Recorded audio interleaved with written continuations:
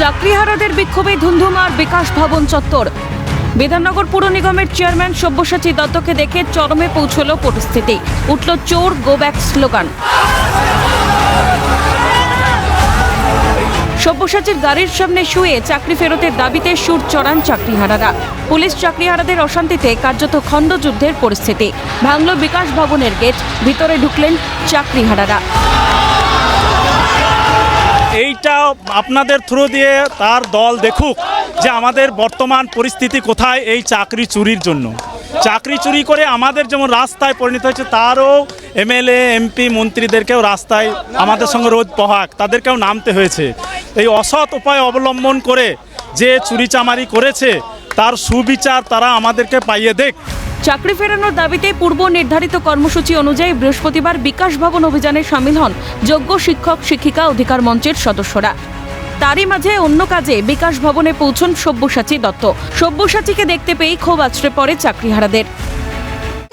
সরকারের ওপর একবারে ক্ষোভ উকড়ে দিচ্ছেন এই চাকরিহারা শিক্ষক শিক্ষিকা। তারা পরিষ্কার বলছেন তিনি কিন্তু নিজের কাজে এসেছিলেন, কারণ সেই জায়গা থেকে দাঁড়িয়ে তিনি এখনো পর্যন্ত ঢুকতে পারেননি। ঢোকার সময়তেই কিন্তু তাকে ঘিরে বিক্ষোভ করা হয়, গো ব্যাক স্লোগান দেওয়া হয়। ওরা কাকে বলবে ওরা ভাবছে না।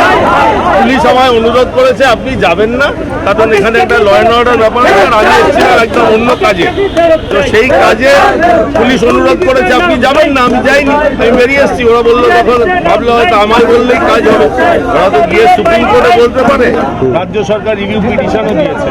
মাননীয় মুখ্যমন্ত্রী যথেষ্টভাবে চাইছেন রিভিউ পিটিশনটা যেন খুব মানবিকভাবে দেখা হয়। ওনারা আমায় দেখে ভেবেছেন হয়তো আমায় বললে ওনাদের কিছু কাজ হবে, বলেছেন, তাতে আমার কোনো দুঃখ নেই। কিন্তু রাস্তাটা বন্ধ করে দিয়ে এখানে পেশেন্ট যেতে পারছে না, এগুলো আমরা তাদের সঙ্গে সহমর্মিতা। তার জন্য এটা নয় যে তারা অন্য সব মানুষকে 10.5 কোটি মানুষকে ডিস্টার্ব করে দেয়। রণক্ষেত্র পরিস্থিতির মধ্যে সব্যসাচী দত্তকে ভিড়ের মধ্যে থেকে বের করে আনতে হিমশিম খেতে হয় পুলিশ প্রশাসনকেও। এই অবস্থায় চাকরিহারাদের সরকারের প্রতি আস্থা রাখার বার্তা দিয়েছেন বিধাননগর পুরসভার চেয়ারম্যান।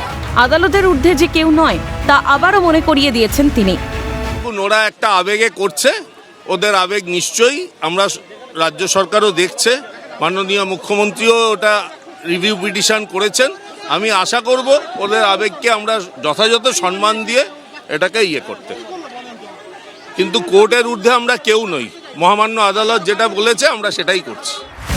এপ্রিলের 21 থেকে 24 তারিখ এসএসসি ভবনের সামনে অবস্থানে বসেছিলেন যোগ্য চাকরিহারারা। এরপর চলতি মাসের 7 তারিখ থেকে বিকাশ ভবনের সামনে অবস্থান শুরু করেন চাকরিহারাদের একাংশ। অন্যদিকে এসএসসি দপ্তরের সামনেও অবস্থানের কারণে এসএসসি চেয়ারম্যান সিদ্ধার্থ মজুমদার আচার্য সদনে নিজের অফিসে না গিয়ে বিকাশ ভবনে বসছেন।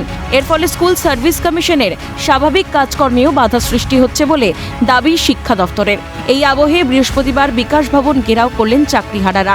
কিন্তু এই অভিযান কতটা ফলপ্রসূ? আদালতের নির্দেশনামার দিকেই তাকিয়ে গোটা শিক্ষা সমাজ। ক্যামেরায় পুষ্পা দেবনাথের সঙ্গে দীপাঞ্জনা সাউয়ের রিপোর্ট, ক্যালকাটা নিউজ।